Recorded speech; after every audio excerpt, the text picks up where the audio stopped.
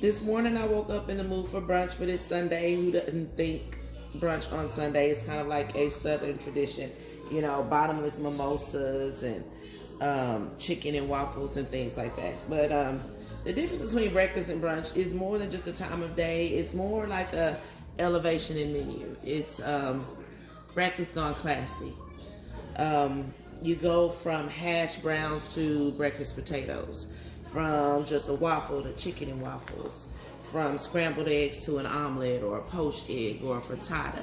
You spend a little more time on it, and instead of just regular old French toast, you may do a Grand Marnier or an orange French toast. You get a little more fancier with breakfast. So the one thing about potatoes, while we soak them in water, is because they oxidize, they brown. It's just a natural reaction. Dropping them in water helps. Yes, I washed them. So the difference between breakfast potatoes and hash browns is just the way you cut them. That's kind of it. You can do the same thing with breakfast potatoes as you can hash browns. You can chunk them, smother them, cover them, chop them, add ham to them, add bacon to them. You know, you can do the exact same thing with breakfast potatoes as you can hash browns. Forgot to turn off my notifications.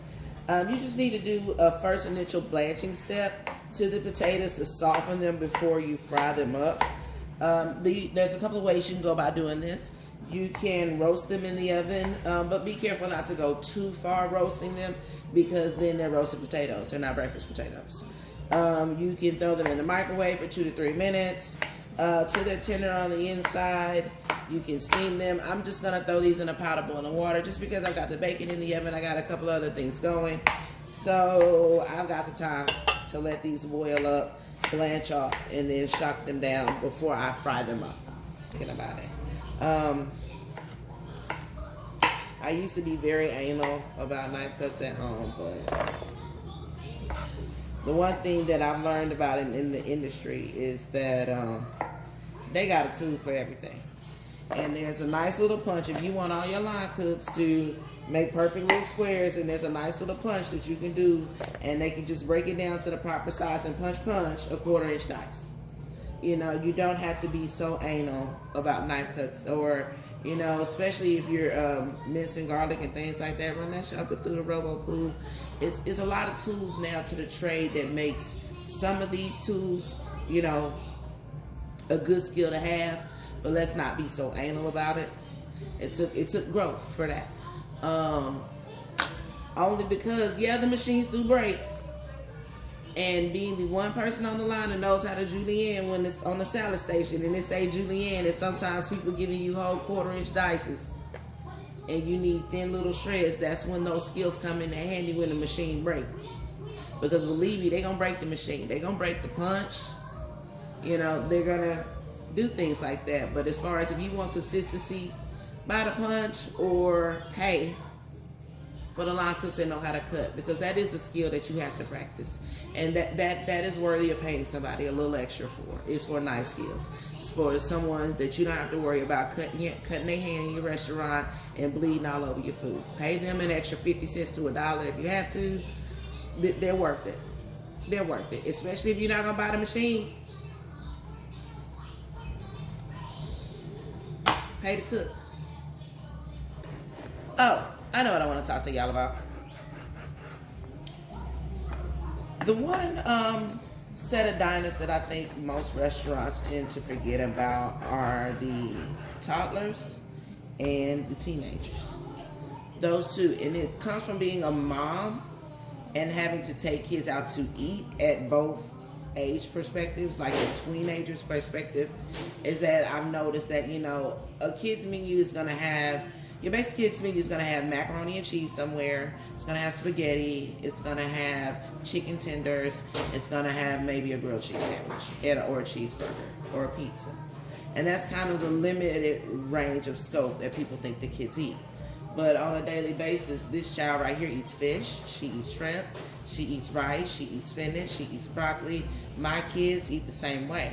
And so sometimes you should dumb down adult food, yes, for kids, but think a little deeper. Because, you know, things like toddler appetizers or kids appetizers. I hats off to any restaurant that has any standard practice that for kids they have like a free fruit cup or something. That right there is amazing from a parent's perspective, just because when kids sit down at the table, they think restaurant food. They think it's magically instant like McDonald's. They don't understand that it's a little bit of a process involved too. And one for the baby. All right, anyway, they think it's like a magic process. They don't understand that it's got to be cooked and ordered. And so any restaurant that has a kind of policy about just boom, instant kids appetizers, thank you so much. Thank you, God, from the perspective of a mom. So the next class of diners that I think that are forgotten are the Tweenagers. And that's that group that is too big for the grilled cheese, too big for the spaghetti and meatballs, too big for the just chicken tenders, but they're not really big enough for that chicken out, you know, the big giant chicken Alfredo or some of the other things. And a lot of restaurants tend to offer lunch-size portions to that middle-aged group, that tween-age group.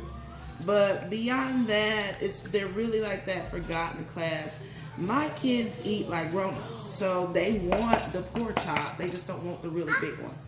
They want the steak. They want the petite steak, or they don't want the 8-ounce burger. You know, it's just like one smaller size down, but not quite like the light side food. You know how people always like to direct them to the lighter side, the salad side, where they're pushing the dieters type of situation, but they're almost that forgotten level where it's like if you're not small, if you're not grilled cheese, then you're automatically jumping on the grown-up menu. You're almost relegated to eating the wings on the menu. The chicken tender's still on the menu. But I think that when you add items like fish and chips or wraps for like teenage girls, you know, these are the type of things that, even though those people still put that towards a lighter menu, I think that if you even sorted that out just a little more for a tween-age menu, you know, like a shrimp Alfredo instead of a plain butter, or, you know, a smaller spaghetti and meatball, or a pasta bolognese, something a little more sophisticated, maybe a tween-age lasagna, something like that for that middle class of diners that really just kind of get forgotten in between the kids menu. Because I mean, when I think about menus a lot, when I design menus, I usually don't think of a kids menu at all. I usually go straight from appetizer, salads, entrees. There's no kids menu involved, and I got kids myself. But again, if you see the way my kids eat like grown men. So eating like grown men, you know, if they eliminate them from the thought process right now. She wants to play with these eggs, y'all. She's not getting these eggs. But I tend to think about them in like an afterthought, just because it's a small group of diners, but it's a large group of diners, where you may have a teenage daughter that has decided she's gone vegan or decided vegetarian after eating meat her whole life, and then there's nothing on the menu for her to eat, you know. Or you've got a growing teenage boy or a pre-teenage boy where he's 10, but he's eating like a grown man, and you know, yeah, this cute little kid's burger is nice, but you don't want to feed him the 8-ounce grown full menu burger either. You know, it's that fine balance in the middle that is designed for just bigger kids. I think that there's a space in the food industry for those two diners. When people think about like the elderly and things like that, like grandma's hard to please. Like grandma gonna taste a fleck of pepper, like a fleck of pepper and a pound of salt. She gonna taste that fleck of pepper, and the capsaicin gonna kill her. But you know, people just tend to forget that group. We go straight from, all right, your grilled cheese and your cheese pizza and your pepperoni pizza only, to you are steak, you are ribs, you know, and there's a space for that. You know, people go, well, that's what the sandwich menu's for. That's what the salad menu's for. And I get it because that's what the kids are usually relegated to eating. But I think that a portion size, a mid-sized portion, other than your light side menu, should be developed in that mindset for things that teenagers like to eat, because you don't know what they like to eat. And my kids like Brussels sprouts. My kids like broccoli. My kids like asparagus. My kids like spinach. my kids like very grown-up things, and they've always eaten very grown-up things. So having to order a $30 plate for a kid that likes $30 food, I don't mean it like that, but yeah, I do. You know, it's like, God, why can't they put that on a mid-sized menu? Like, or having to go, let me get, because I've been in the food industry so long, I know how to decipher a menu. I'm like, let me get an add-on chicken breast, a side of spinach, and some rice. Let me do the add-ons, because I know how much add-ons cost. So, you know, I'll do an add-on plate for my kids sometimes. And it's those kind of thoughts that maybe, you know, especially with the food industry changing and having to come back differently from COVID, you might want to consider adding a space in your menu for teenagers. Because usually families go out to eat together, and the bigger kid, the older kid tend to decide, because the smaller kids are going to say the easiest thing, McDonald's, Chuck E. Cheese, pizza. But the bigger kids are usually the ones in the family deciding where they're going. And I bet you if you had a menu, or at least a section, you know, not much, 5 to 10 items, designed catered to that spectrum of the menu, I bet you get more families, especially if families is your niche. If you are pushing towards a family menu, you might want to consider that middle part of the family also. Guys, I don't care if you put sugar, butter, salt, cheese, bacon, whatever, shrimp, fish, gravy in your grits. The number one key to successful grits is don't use water. Don't use plain water. It will take your grits from just plain grainy to just life-changing. If you're doing a savorier grit like a polenta style, then use chicken stock or use a veggie stock. But for a good breakfast grit, I use heavy cream and milk. These two things right here. I do a slow soft heat. I don't care if it's supposed to be quick grits. My quick grits still gonna take about 15-20 minutes because I'm not rapidly boiling that milk. I'm softly bringing that cream and that milk up to temp. I'm letting the butter melt down into it, and it's gonna come up to a boil, yes, but it's coming up to a soft boil. I'm a firm believer that if your grits don't stick to the bottom and you cook them right, you know what I'm saying? Like, it's a slow, soft, sexy heat for me. Speaking of what we got, sometimes I use a 1-to-1 ratio depending on how much heavy cream I got versus milk. When I don't have any heavy cream, it's all milk. But a 1-to-1 today as far as heavy cream to milk ratio. I'm only doing enough grits for the side for probably everybody to have a good scoop. Grits have a 4-to-1 ratio as far as wet to dry. So for every 4 parts liquid, you need 1 part of grits. So in layman's terms, we make it real simple. For every 1/4 cup of dry grits, you need 1 cup of liquid. Whether it's milk, whether it's water, stock, or whatever, you need a 1 to a 1/4 cup. So we got 2 cups of liquid. You know what? They eat grits around here. I'm gonna go up a little bit.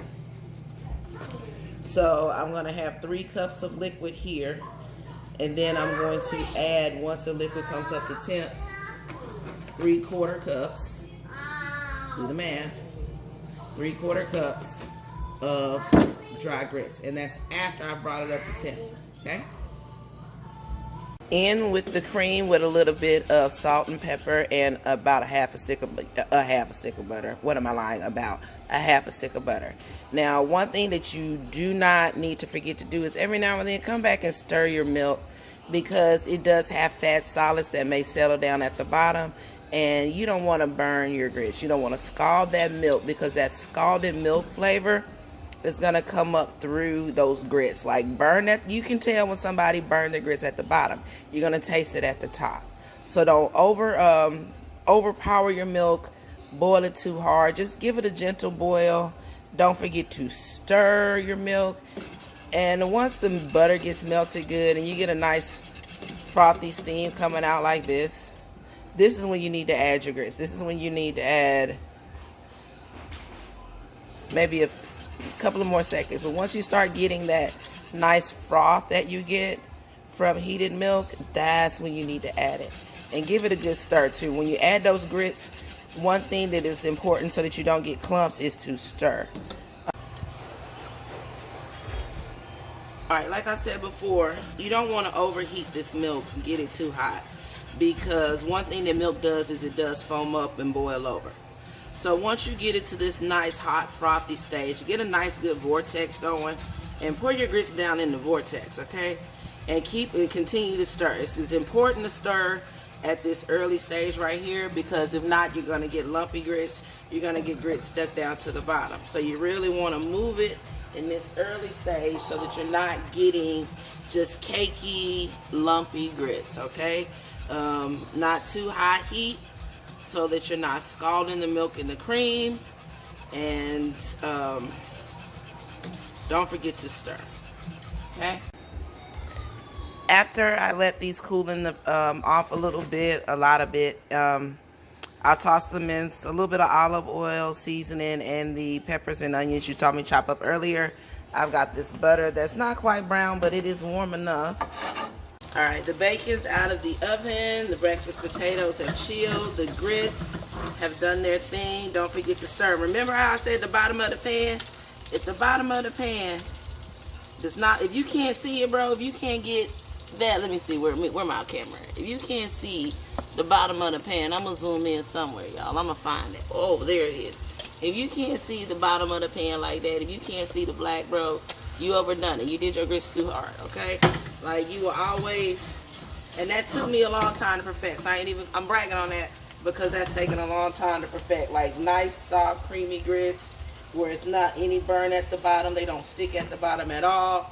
Nice, soft, sexy, melt in your mouth grits. All right, now that I've gave this butter time to come up and brown, I always like a brown butter. Like, I can't help it. That nutty flavor that you get from that brown butter is like life. So, again, these have been chilled. And I'm going to just fry these up in this brown butter. Toss them up in the brown butter just a little bit.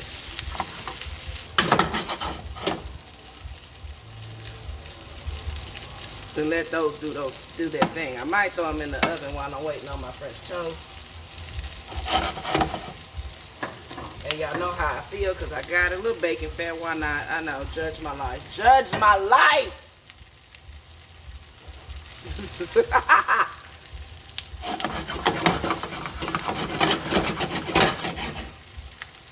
Get a good handle on it.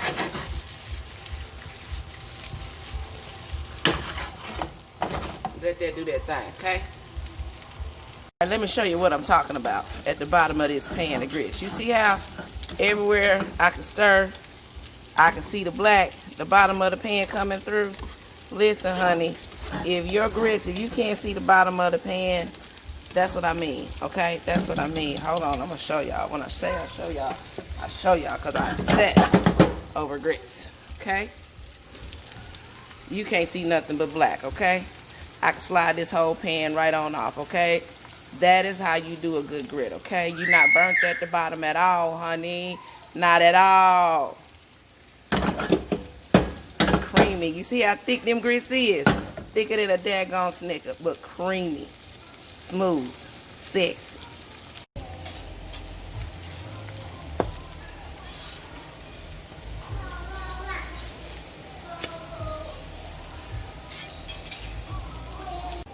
Here we have it, you guys. Brunch. We have caramel French toast, grits, scrambled eggs with cheddar cheese, breakfast potatoes, and some bacon.